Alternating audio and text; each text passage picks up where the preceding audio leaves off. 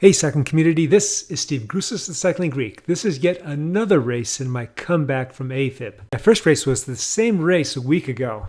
In that race, after the A's and B's and some of the C's went up ahead, the group I was with, I stayed with them for about 3 laps and then I had to give up the ghost. In other words, I had to drop off because I just couldn't keep up with them. As last week, I signed up for the C category. There were 34 of us that started. And as last week, we all raced together, A through D's. I was rested and had a good warm-up before the race. So I decided not to blast out with 3 seconds to go, because typically, if you're not familiar with it, with Zwift racing, you better be pushing a lot of watts with 3 seconds to go, because there's like a little latency period from the time where you start pushing on the pedals to where it appears that you're going faster on the screen. This technique seemed to work out for me. It saved me a few matches. I got to adjust once I was on the road, but I wasn't using everything up at that very first 5 seconds of the race. You did notice I was pretty far in the back of the pack, not at the back, but toward the back as it was all lined out as everybody's going pretty hard right now.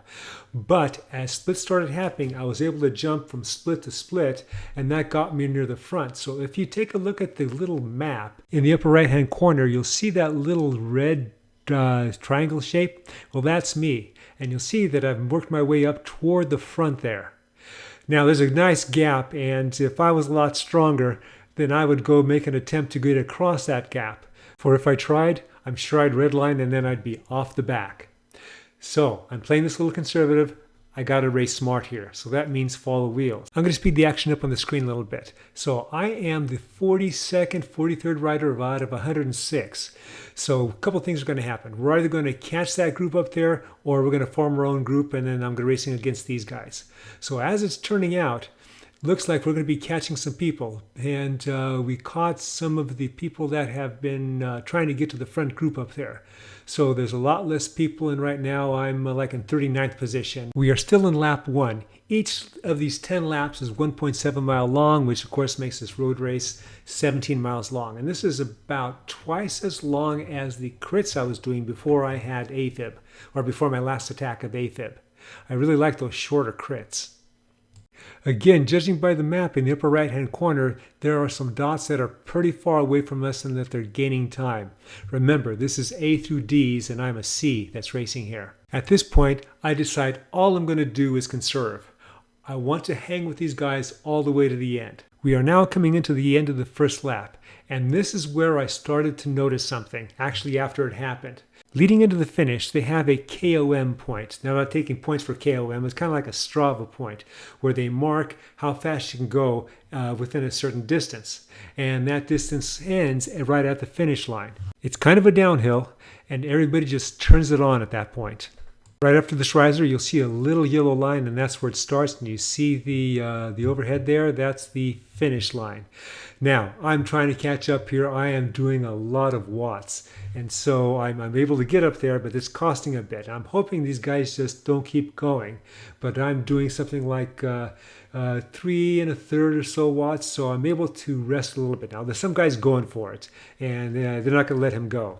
Of course, the first lap is going to be amped, but it seems to me, based on that first lap and based on the start of the second lap, that people are expending a lot of energy and then they're doing a lot of resting. Recognizing it was the first step. Being able to use it to my advantage, that's what's going to get me to finish with the pack. There are about 30 to 35 people in the breakaway group up there. So that means there's about 75 of us here. If I can stay toward the front, that'll give me a bit of a buffer. Fast forward to the end of the second lap, leading into that sprint, we're again punching it. I'm again trying to stay with that lead group that kind of splits off. These guys are still not letting up on the watts, but they're not going to be able to keep that up unless there's some Mason there that are trying to get across, and they're a couple categories ahead of me. But I see some people starting to come back up, and we're getting to be Grupo Compacto again. Next lap, same thing. Now, I'm not doing myself any favors by having gaps open up in front of me. These guys have a lot more punch, and so that means I have to now be out of the draft, putting a lot more energy just so I can keep up with these guys. You'll notice with the map in the upper right-hand corner that there's a little gap that is coming together again. Well, almost coming together. So there's other people that also didn't have a lot of punch like I did. I was just able to get across. It's now the end of the fourth lap. That small group that got separated from us never caught up to us. They're still chasing us. You can tell who the strong riders are in my group. They're the ones that I'm chasing. I gotta back off because I can't connect on my own, so I'm trying to grab onto wheels as people go by me, and finally, after like the 6th person, I'm able to hang onto his wheel, and that gets me back up to the group. Fast forward to the end of the next lap. I'm still with the group.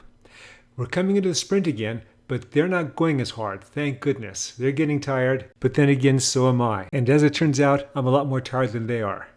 Now, I'm starting to get worn out, and I'm starting to come off the back. It's not that I'm aerobically tired, I'm muscularly tired. It's like my legs can't do another set of squats. And then I start thinking, well, you know, I do have the leg weight workout that I'm doing each week. That's playing a factor, as is the fact that this is yet another comeback for me. Coming into the last lap, this is not the same group that I'm with. I got dropped on lap 6, which thankfully is twice as long as the week before where I got dropped on lap 3. Now, when I got dropped, I was like at the 44th person out of 106. So I picked up some people picked up me, and now we're heading in, and I'm trying to conserve, and so I'm thinking everybody's going to go for the sprint, so I'm going to try and do my usual go from 1 kilometer out. There are 7 riders in this group, and by the arrow you can see we have 1.5 kilometers to go. I remember listening to a pro on Chris Miller's YouTube channel, and he was saying that in Zwift, when you want to go for the sprint, start from the very back so you can literally slingshot, using everybody's draft. So that's what I did. As you can see, that got me a nice little gap. Now the question is, am I going to be able to maintain it? This is my second race back, and as it turned out, I just wasn't able to keep that all up, and I get caught with about 0.2 miles to go. Still, I did a lot better than last week, and who knows, maybe next week I can maintain that kilometer all the way. As it turns out, I finished in the top half, barely in the top half overall. In terms of my category, I finished 15th out of 27, and in ZwiftPower.com, it sure makes me look good finishing 5th. Next week, same race. Let's see how I improve. Remember, comment, like, subscribe. The Cycling Greek.